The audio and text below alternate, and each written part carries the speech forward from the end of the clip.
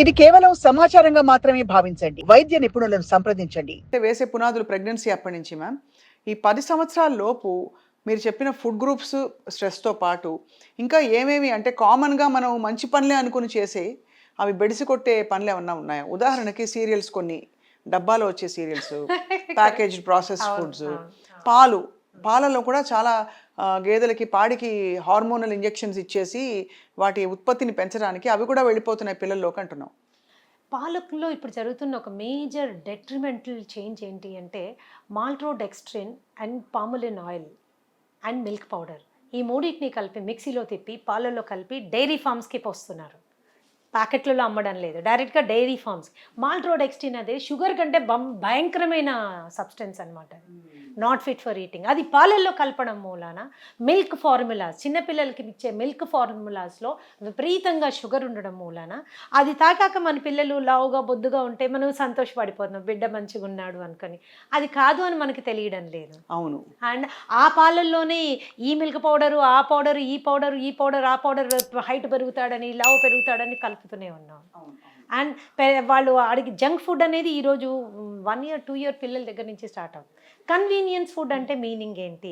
ఏదన్నా ఒక నెలలో మనకి ఒంట్లో బాగోలేదు, టైం కుదరలేదు, ఆ ఒక్కరోజు ఏదన్నా త్వరగా చేసి పెట్టేదాన్ని కన్వీనియన్స్ అంటాం. ఈరోజు అదేమైపోయింది, ఎవ్రీడే ఫుడ్ అయిపోయింది. ఎవ్రీడే ఫుడ్ అయిపోయింది. ఉదాహరణకి మ్యామ్ ఫ్రెంచ్ ఫ్రైస్ ఫ్రీజర్లో తీసి వేయించి పెట్టేస్తారు పిల్లలు. 3 నూడిల్స్ 2 నిమిషాల్లో ఉడుకుతాయి. నూడిల్స్, పాస్తా, ఇన్స్టెంట్గా చేసే పాస్తా, తర్వాత కార్న్ఫ్లేక్స్ ఇలాంటివన్నీ మనము ఫుడ్లో వేసి పెట్టినప్పుడు 10, 9 ఆ రజస్వల age, puberty age 13, 14 is right age. అక్కడి నుంచి 11కి వచ్చి 10కి వచ్చి 9కి వచ్చేస్తుంది. ఏంటంటే చిన్న బిడ్డలు 8th class 8 years 9 years వాళ్ళు రజస్వల అవడం ఏంటి, బ్రెస్ట్ ఫార్మేషన్ అవడం ఏంటి, ఆ పిల్లలకి వాళ్ళని వాళ్ళు మేనేజ్ చేసుకోవడం కూడా తెలియదు. అంతే కదా. ఇలాంటి విచిత్రమైన పరిస్థితులన్నీ ఏర్పడిపోతున్నాయి. ఒకసారి పీసీఓడి వచ్చేస్తే ఏమవుతుందంటే దాని పర్యవసనాలు చాలా డేంజరస్గా ఉంటాయి. ఓన్లీ పీరియడ్ రావట్లేదని మనం అనుకుంటాం, నాట్ ట్రూ. ఎవరికైతే పీసీఓడి ఉంటుందో 80% మందికి they will become type 2 diabetics. ఆ పీసీఓడిని కనుక ప్రాపర్గా అడ్రస్ చేయకపోతే type 1 డయాబెటిక్స్ అవ్వచ్చు, హార్ట్ డిజీజెస్ రావచ్చు, హై బ్లడ్ ప్రెషర్ రావచ్చు, ఇన్ఫర్టిలిటీ, బిడ్డల్ని కనలేని పరిస్థితి ఏర్పడవచ్చు, సివియర్ మూడ్ స్వింగ్స్ మూలాన యాంగ్జైటీ, డిప్రెషన్ లాంటి సైకలాజికల్ ఇవి రావచ్చు, క్యాన్సర్కి దారి తీయచ్చు.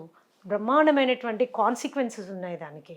సో వాటిని ఏదో జస్ట్ పీరియడ్ రాలేదు కదా, ఏముందిలే మళ్ళీ నెక్స్ట్ టైం చూద్దాం, రాకపోతే అప్పుడు ఆలోచిద్దాం పెట్టకూడదు, అస్సలు లేదు. You have to take it immediately. So ఒకసారి పీసీఓడి డయాగ్నోస్ అయ్యాక మ్యామ్ తక్షణం చేయవలసిన మార్పులు ఏమిటి? ఇక్కడ పీసీఓడి డయాగ్నోసిస్ కూడా చాలా ఇంపార్టెంట్ స్వప్న. ఏమవుతుంది అంటే పీరియడ్ రావట్లేదా, 2 times నుంచి రావట్లేదా, 3 times నుంచి రావట్లేదా, ఓకే పీసీఓడి అయి ఉంటుంది, ఒక అల్ట్రాసౌండ్ తీసుకోండి అని అల్ట్రాసౌండ్లో కనిపించేస్తుంది, ఓకే ఇది పీసీఓడి అని. వెంటనే వాళ్ళని మెట్ఫార్మిన్ మీద పెడుతున్నారు. Metformin is a diabetes medicine. అవును. ఓకే, సో ఇక్కడ స్లో రిలీజ్ అంటే ఎనర్జీ స్లోగా రిలీజ్ చేయడం మీద ఫోకస్ చేస్తున్నారు, కానీ దానికి కారణమైన ఇన్సులిన్ తగ్గే ప్రయత్నం చేయట్లేదు. పర్మనెంట్ సొల్యూషన్స్ మనం చూడట్లేదు, టెంపరీ మెజర్స్ మాత్రమే చూస్తున్నాం. రెండోది, కేవలం ఇన్సులిన్ ఒక దాని మూలానే మనకి పీసీఓడి వస్తుంది. ఒక 20% మందిలో కరెక్ట్ కాదు, 60 నుంచి 80% మందిలో కరెక్ట్ ఉండొచ్చు. ఇంకొకటి ఏంటి అంటే ఆండ్రోజన్స్, మేల్ హార్మోన్స్, ఓవరీస్లో కొద్దిగా మేల్ హార్మోన్స్ ప్రొడ్యూస్ అవుతాయి.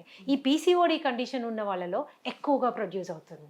అందుకనే మూతి మీద మీసాలలాగా రావడము, ఇక్కడ గడ్డ మీద రావడము, ఇక్కడ గొంతు మీద జుట్టు రావడము, చేతుల మీద విపరీతంగా జుట్టు రావడము, పిల్లలకి ఒక స్ట్రెస్ అయిపోవడం.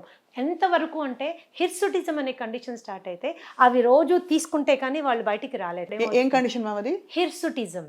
హిర్సుటిజంలో ఏమవుతుంది, మీసం కర్ఫుల్గా వచ్చేస్తుంది, ఈ గడ్డం మీకు ఇక్కడ వస్తుంది, ఈ కింద పెద్ద వెంట్రుకలు వస్తాయి, ఈ చెంపల మీద వెంట్రుకలు వస్తాయి, ఇక్కడ నెక్ మీద వస్తాయి, చేతుల మీద అంతా కూడా చాలా ఎక్కువ బలంగా హార్మోన్స్. అదే కాకుండా మెయిల్ పార్ట్ అండ్ బ్యాడ్డింగ్ అంటే ఈ పార్ట్లో జుట్టు ఊడిపోవడం స్టార్ట్ అవుతుంది. అలోపేషియా లాగా మొత్తం ఈ పార్ట్ వెళ్ళిపోతుంది అన్నమాట, వెళ్ళడం థిన్నింగ్ అయిపోవడం స్టార్ట్ అవుతుంది.